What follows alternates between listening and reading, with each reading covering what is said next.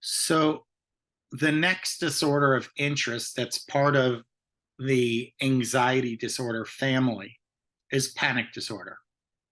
And if I were to ask you, have you ever experienced a panic attack? I would suggest that most of you have, but having a singular panic attack is not sufficient to be diagnosed with a panic disorder. So you would either have to have recurring panic attacks or a form of anxiety about the potential of having a recurring panic attack. And that has to last for a minimum of 1 month. So, relatively speaking, panic disorders are diagnosed earlier than generalized anxiety disorder and phobias, right? So it's a shorter window of time. But if you are ever experiencing a singular panic attack, typically panic attacks last anywhere between 5 minutes, 30 minutes, and your body can naturally self-regulate. It doesn't mean that we shouldn't learn skills to cope when we're experiencing a panic attack, but generally speaking, your body, because it's going into what's called sympathetic arousal, or the sympathetic nervous system is triggered, you can't stay in that state for extended periods of time. And eventually the parasympathetic nervous system is going to take over and bring you back down to a restful or calm state. So that is the concept of a panic attack. As I said, to diagnose it, you have to have recurring panic attacks, or the fear of potential recurring panic attacks. You try and avoid whatever triggered the panic attack. For example, let's say an individual was driving over a bridge and a thought popped into their head, what if I lost control over the car? And not that they want to harm themselves, but the thought went into their head, it's possible for me to lose control over the car. And then they had a panic attack. And as a function of that panic attack, they no longer want to drive over bridges. Well, that would be a significant change in behavior that could warrant a diagnosis of a panic disorder. You also have people who have anxiety about what's going to happen with them during a panic attack. The most common feeling is that one is having a heart attack. So the person thinks that it's possible that they're going to die. So there might be that fear and dread of death. But because it's a panic attack, it does reset itself. And the vast majority of scenarios are not a heart attack. In fact, one of the places where we start to see people come into our treatment room is a person thought that they were having a heart attack. They wound up at the emergency room. They did an EKG, and the EKG came back normal. So the medical team will likely say, hey, your EKG is normal, your QRT waves are perfectly fine, your heart's pumping properly, but we think you might have had a panic attack. Have you considered mental health treatment? So that is usually where people start to realize they need to seek treatment, is when they wind up in an ER thinking they had a heart attack.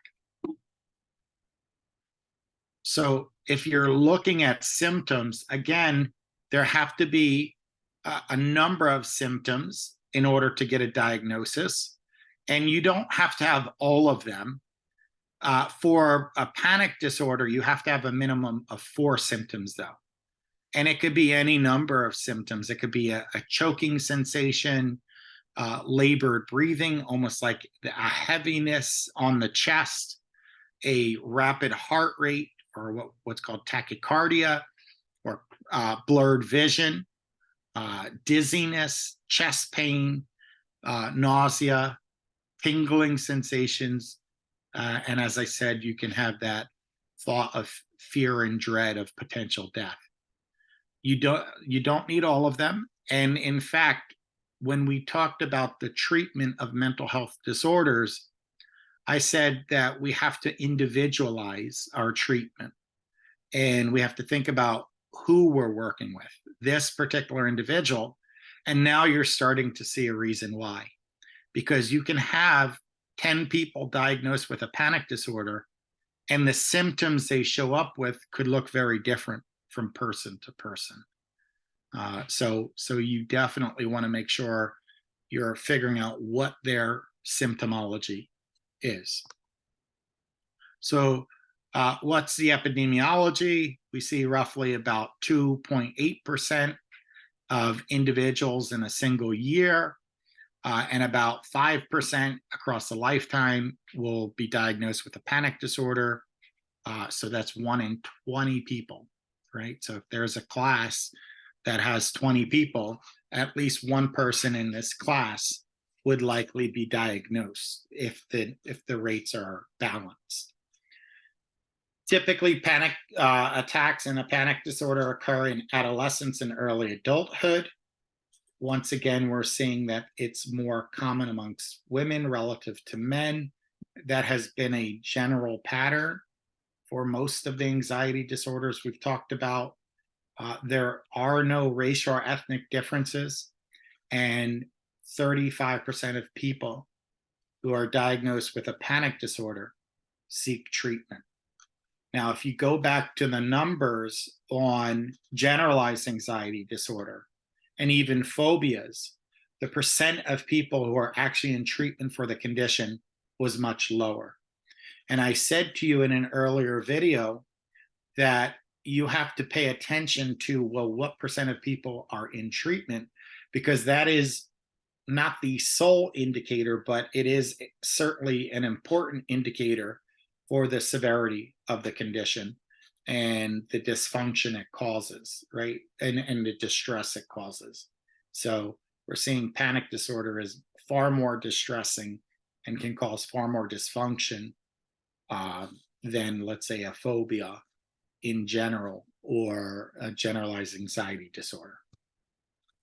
So you might say, well, what causes panic disorders? There's a lot of answers to the question. From a biological point of view, we certainly see irregular norepinephrine activity. Now, epinephrine is also known as noradrenaline, right? So that is likely the reason. If you have increased norepinephrine, that's going to increase a panic state, or it's going to put you in sympathetic arousal more, right? Now, we talked about the limbic system as being a very important set of structures for managing emotions. But in the midbrain, we also have the locus coeruleus, which is also important for managing emotions, and we see irregular activity there as well. Now, in terms of brain circuitry, we talked about the locus coeruleus, but we do have limbic structures there as well. So the amygdala, which is responsible for things like fear and rage, are linked to panic disorder. The hypothalamus, which is part of your drive and homeostasis center, is linked to panic disorder, and central gray matter, right? So we have white matter and gray matter. White matter usually suggests axons. So there's a lot of axons in that area. Gray matter are cell bodies. So there is a dysregulation of gray matter there. So these are some of the biological structures and neurotransmitters at play. Now, we know that antidepressants help with anxiety conditions, right? So you might use what's called an SNRI, selective norepinephrine reuptake inhibitor. that usually helps with a panic disorder. Now, we also have Xanax or other benzodiazepine which target GABA, and those work as well. But notice once again, we're not going to jump to prescribing something that's habit forming. So we're going to focus on the antidepressants first, and Xanax, Valium, things like that would be secondary option. And I think in another lecture, a student asked, well, why is it on the market if it's habit forming? And my response is we don't throw everything away because of a risk profile, but we're more cautious. So, what is Xanax used for as it relates to panic disorder? It's used for breakthrough anxiety. So, and unlike other anxiety conditions, we have a lot more issues with breakthrough anxiety or panic attacks where Xanax can help it's like a quick dose to help calm a person down if nothing else is working. Now, panic disorder and agoraphobia were separated in the DSM-5, but you can, and we're going to talk about agoraphobia, you can have agoraphobia and a panic disorder, or I guess you would specify it as agoraphobia with panic attacks, right? And if you have agoraphobia plus a panic disorder, you're likely not going to use medication in isolation. You're going to use some form of behavioral or exposure therapy or cognitive behavioral therapy plus medication, and that's going to be the better way to address it. From a cognitive point of view, where does panic disorder come from? Well, when we talked about cognitive origins of mental illness, it's faulty thinking, right? So, according to this perspective, an individual with panic disorder misinterprets their bodily senses. So, they might, in addition to the heart issue, right, where you have increased heart rate, you might also hyperventilate. And then the person feels like they're suffocating. So they misinterpret hyperventilation as suffocation. And that results in a fear of suffocation. And that drives the panic disorder.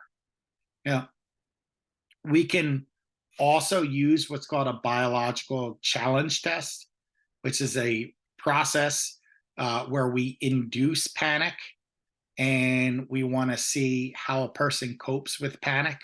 So we might have them intentionally hyperventilate into a bag, or we might have them exercise in a vigorous manner, which is going to naturally increase heart rate and respiration.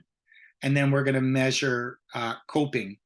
And what we find is that a person with a panic disorder has more distress as it relates to the biological challenge test than the normal population as a whole. We also have to be mindful about the concept of anxiety sensitivity. So another cognitive theory is that people with panic disorder have higher baseline anxiety sensitivity. So and something that is mildly distressing for one person will be severely distressing for an individual with a panic disorder. And the thermostat or the anxiety temperature is constantly being taken. And that's what happens with people with a panic disorder. They're constantly, taking the temperature. Is there anything I need to worry about? So that's anxiety sensitivity. So how do we treat this condition from a cognitive point of view? Well, we reorganize the thought. So we educate clients about the general nature of panic attacks. I believe that some of you in this lecture probably thought, that panic attacks are continuous or that they won't naturally go away. You have to do something. So, explaining the symptoms of panic attacks, the duration of panic attacks, coping strategies for panic attacks, this educative process will reduce the fear around experiencing a panic attack. We also help the client come to what their core belief and automatic thought was around the physiological symptom. So the person might say, "Oh, my heart was beating. I thought I was having a heart attack." Right? So we would anchor it in on that and make sure that they realize that they misinterpreted the rapid heart rate with a potential heart attack. So letting them know it's common to have increased heart rate when you're experiencing panic. That's crucial. We also help, we do body scans and help people assess their symptoms. We do uh, relaxation techniques or breathing techniques to even out one's breath to reduce hyperventilation. And then after we teach these skills, we can use some of the biological challenges we discussed earlier to make sure that they're actually using those skills to cope. So the distress caused by excessive exercise might reduce over time. Now, what's cool about this is that cognitive therapy is just as effective as drug therapy. So you will hear me talk about the need for medication and how, whether it's a first line treatment or not, the fact that cognitive therapy is just as effective as drug therapy, we're not going to jump to medication for a panic disorder. We're going to start with journaling. We might start with having them write the date, the time that the panic attack occurred, some of the symptoms they experienced during it, what they did to regulate, and how it went away. And you do that journal over and over and over, we'll discover a pattern. And then we'll start to target the triggers to the panic. We'll start to target the automatic thoughts to the panic disorder. And if we do that, we may not need to ever prescribe medication. So that's good news there. All right, so I'm gonna stop this recording because I want to separate out agoraphobia as its own condition, and then I want to talk about OCD and OCD spectrum conditions afterwards. So let me break up the video here and we'll go into the next one.